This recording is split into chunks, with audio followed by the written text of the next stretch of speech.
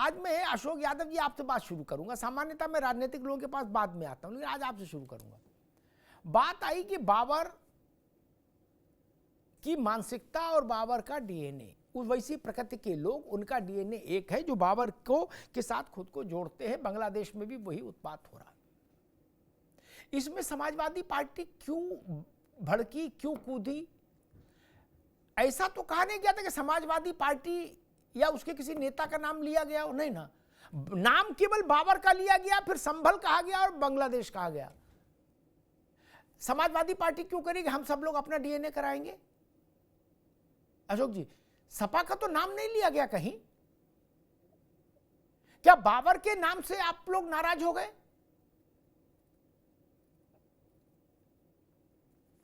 देखिए अमिताभ जी, जो बाबर हो या अकबर हो या जो भी बातें हो, माननीय मुख्यमंत्री जी जो बातें कहते हैं, जिस चीज का एग्जाम्पल देते हैं और जिस चीज को टारगेट करके कहते हैं, इसमें कहीं ऐसी कोई बात नहीं है जो किसी के समझ में न आए। देखिए 1984 में अमिताभ जी, सर जेफरी जो कि डीएनए सीक्वेंसिंग के पेरेंट्स कहे जाते हैं, न्यूक्लियोटाइड सीक्वेंसिंग जिसको कहते हैं, और इससे उन्होंने जब इसका आविष्कार किया था तो उसको लेकर के उसका साइंटिफिक इस्तेमाल उन्होंने सोचा था कि इससे जो है कम से कम जो फॉरेंसिक एविडेंस हमारे इन्वेस्टिगेटिंग एजेंसीज को मिलती है, क्रिमिनल की आइडेंटिटी को जो है डिटरमाइन करने के लिए, और तमाम इसका बहुत सारे लोग बायोलॉजिकल फादर बनने का गौरव भी प्राप्त कर चुके हैं इसी डीएनए सीक्वेंसिंग की वजह से। तो ये सब चीजें दिमाग में रख के किया गया था डिजीज को आइडेंटिफाई करने के लिए, लेकिन वो कभी जेफरी साहब ने ये कल्पना नहीं किया होगा कि डीएनए का इस्तेमाल एक साधु वस्त्र में, जो कि एक विशुद्ध रूप से पॉलिटिशियन मुख्यमंत्री जी हैं उत्तर प्रदेश के, वो राजनीति के रूप में डीएनए का इस्तेमाल करें, ये कभी उन्होंने कल्पना भी नहीं किया था। हालांकि उन्होंने किया, इसके लिए मैं उनको साधुवाद देता हूं। मेरा सिर्फ सवाल इतना है, बाकी सब कहानी ठीक है। मेरा सिर्फ इतना सवाल, बाबर के डीएनए का प्रश्न है, सपा क्यों कूदी? आपकी बाबर से कोई लेना देना नहीं। आपके मोहल्ले का है बाबर? नहीं। ताखा का है बाबर? क्या जसवंत नगर में? नहीं ना। आपसे क्या लेना देना बाबर से? आप क्यों कूदे? अमिताभ जी देखिए, जिस तरह से एक जाति विशेष को, या तो फिर लेना देना नहीं। बाबर की जात से आपके क्या लेना देना? बाबर की जात का तो कोई आदमी नहीं यहां। अमिताभ जी देखिए, जो माननीय मुख्यमंत्री जी जब कोई बात कहते हैं इस तरह की, तो उनके दिमाग में बहुत सारे उसमें वो चल रहे होते हैं, क्रियाकलाप चल रहे होते हैं कि ये बात बोलेंगे तो हम किसको टारगेट करेंगे। और देखिए एज ए विपक्षी दल, हम समाजवादी पार्टी एज ए विपक्षी दल, बाबा आप लोग ट्रैप में फंस गए। अशोक जी माफ करिएगा, मेरी समझ कहती है आप ट्रैप में फंस गए। नहीं, आप जितना नहीं, इसलिए इस एक से सुन लो, बाकी मानना नहीं मानना, आप स्वतंत्र व्यक्ति हैं, अब आपकी पार्टी स्वतंत्र है।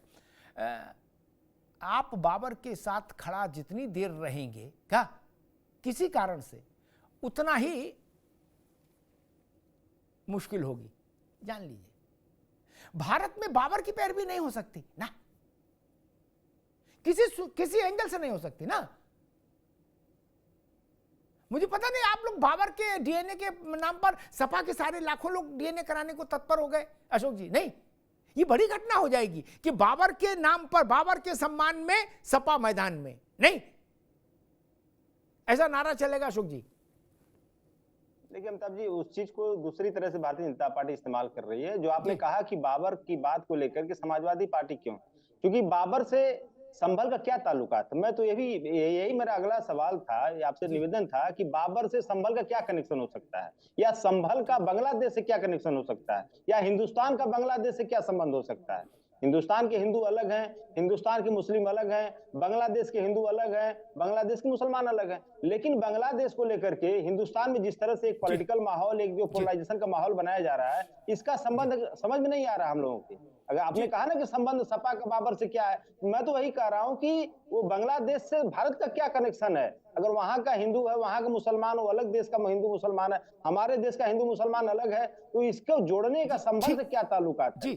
देखिए मैं तो लास्ट 10 सेकंड जी, देखिए मैं तो यही निवेदन करूंगा कि हमारे राष्ट्रीय अध्यक्ष जी ने कहा कि हम अपना डीएनए दे रहे हैं, जांच कर लीजिए, और माननीय योगी जी भी अपना डीएनए अगर कहें तो दे दें, और ताकि जांच हो जाए कि जो गांधी, जो राष्ट्रपिता के हत्यारों का डीएनए किससे मैच कर रहा है, जो माफी वीर सावरकर का डीएनए किससे मैच कर रहा है। कम से कम ये भी मैचिंग हो जाए ना एक बार कि किसका डीएनए किससे मैच कर रहा है। ठीक है अशोक जी, बिल्कुल ठीक है।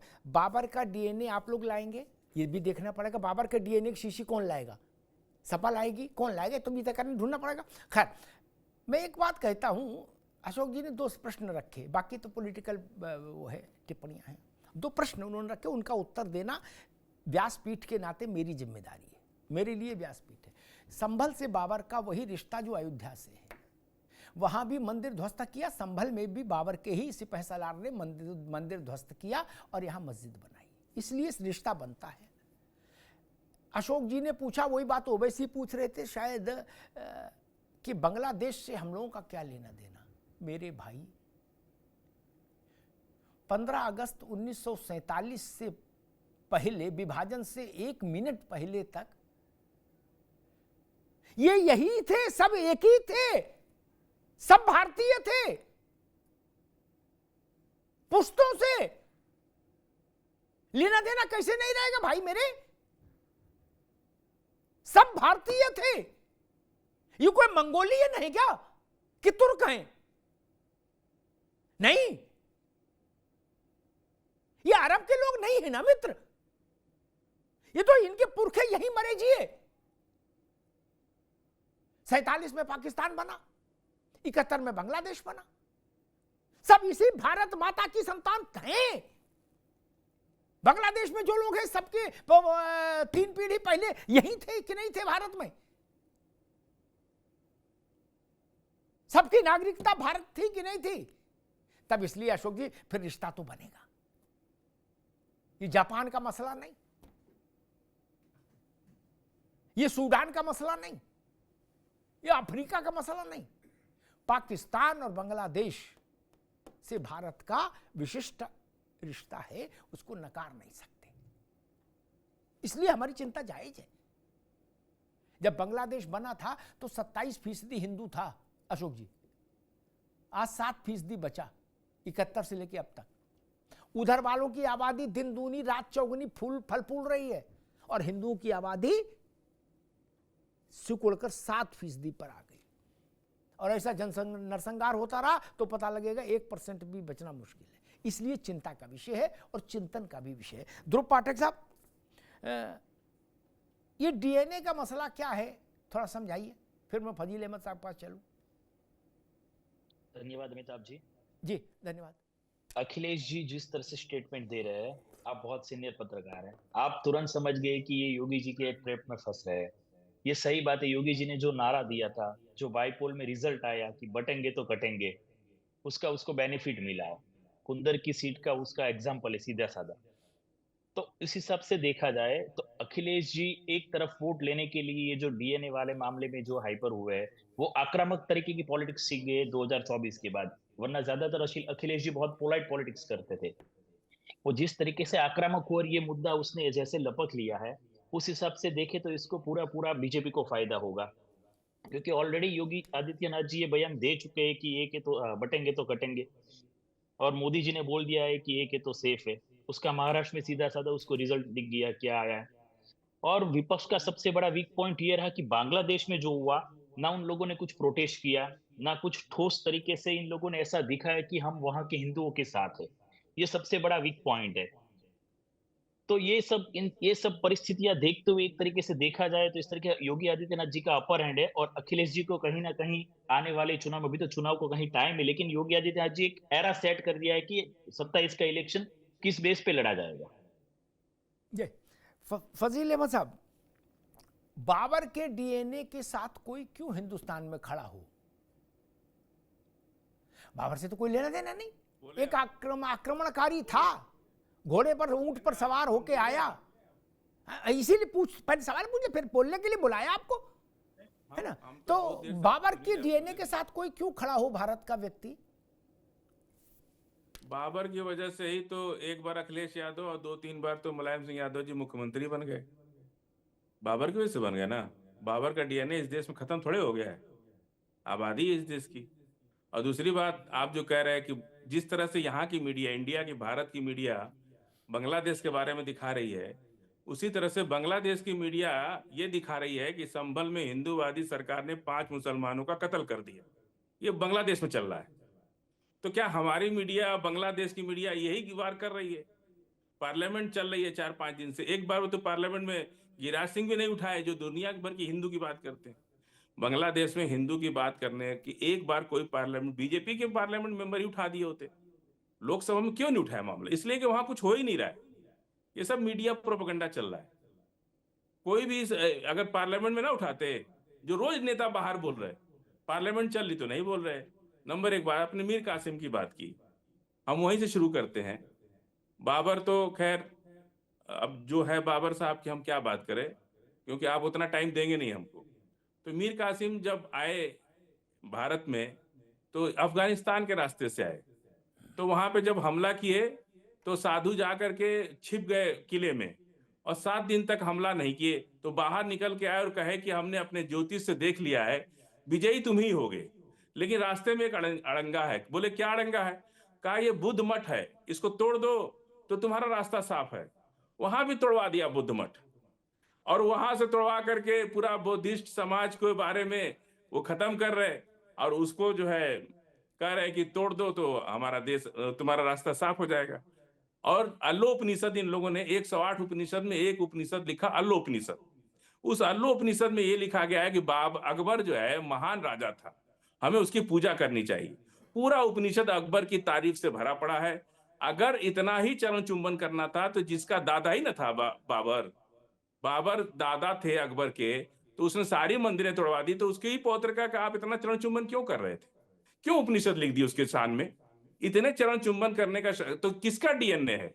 ये किसका डीएनए है? देश के अंदर बंटवारा, फूट डालो, राज करो, छुआछूत करो, अछूत समझो, नीच समझो, आदिवासियों को नीच समझो, वो पिछड़ी जाति को नीच समझो। ये सब कौन कर रहा है? किसका डीएनए है इस देश के अंदर? 5-10% जिसकी आबादी है वो आरक्षण पा रहा है 51%, और जिसकी आबादी है 85% वो आरक्षण पा रहा है 49%। ये सब किसका डीएनए है? बात जब डीएनए की होती है, अब रुकना होगा। अब रुक जाओ, आगे बात। 49% और 85% इतना आरक्षण 100% में समा ही नहीं सकता, इसलिए फजील अहमद की जानकारी यहाँ पर गड़बड़ा जाती है ना। 85 वो पारे, 49 वो पारे जोड़ दो, 100 में आ गया, नहीं आया। कहाँ चुटकुला कर रहे हो यार, कुछ तो समझो। और दूसरी बात मैं बता दूं, फजील अहमद को इस बात की वो कहां से ढूंढ के लाए, उनके उस पर मैं विवाद में नहीं पड़ता, लेकिन अकबर के समय में 1550-60 का जो दौर रहा, उस समय जब अकबर का शासनकाल रहा होगा, उस समय कोई उपनिषद नहीं लिखा जा रहा था। वो भक्ति काल था भारत का। हिंदी अवधि में कविता लिखी जा रही थी, ठीक है ना। अब फजील अहमद को पता ही नहीं एबीसीडी, उनको किसी ने पकड़ा दिया व्हाट्सएप से। अरे मेरे भाई, वो आपको पता उपनिषद कब रचे गए? नहीं पता, लेकिन आपको किसी ने पकड़ा दिया, बोले चलो जी ले लो। यही लोग भारत में तनाव का कारण बनते हैं। बोले जो उपनिषद में अकबर का नाम है, बता गजबे कर दिए यार, हद है। किस्सा भी बनाओ तो कम से कम ऐसा बनाओ जो टिक जाए। वेद पुराण स्मृतियां उपनिषद कब की रचनाएं हैं, और गजब बात है। और ये चुटकुला से ही हिंदुस्तान का बेड़ा गर्क हो गया। बताइए, इस बात को कोई मतलब जो शिक्षित नहीं है वो भी इस बात को खारिज कर देगा कि यार कैसी मजाक कर रहे हो। कल को ये हमें तो खतरा ये लग रहा है कहीं फजील भाई ऋग्वेद में औरंगजेब का ना जिक्र ले आए। बोले ऋग्वेद में औरंगजेब की जीवनी है। जब पढ़ना ऋग्वेद है नहीं तो कुछ भी रेले रहो। यही चीज खराब है, ये समझना चाहिए। ये समझे बिना मोक्ष नहीं है मित्र, ठीक। 185% आरक्षण इनको मिल रहा और 49% उनको मिल रहा, 50%। अरे जोड़ दो, 100 के अंदर आ जाएंगे। कहीं तो सेंस रखो यार, ये बिल्कुल विचित्र चल रहे हो ना। अरे आपने 85% बताया भाई, गजब बात करते हो। कहीं तो गणित देखो, बेसिक मैथमेटिक्स का तो ख्याल रखोगे यार। खैर, इस पर देश चिंतन करेगा कि कौन से उपनिषद में औरंगजेब। मुझे लग रहा है आगे चलने के बाद ऐसा ना हो कि अगली पीढ़ी आए वो ये कहे असदुद्दीन का जिक्र मत्स्य पुराण में है और शिव पुराण में है। कह सकते हैं जब व्हाट्सएप ही खेल रहा है अशोक जी, ये तो भारत की पूरी धुरी बदल जाएगी। असदुद्दीन ओवैसी और जियाउर रहमान अंसारी का जिक्र पता लगा कूर्म पुराण में है, शिव पुराण में है, वाल्मीकि रामायण में है। गजबे है देश भाई।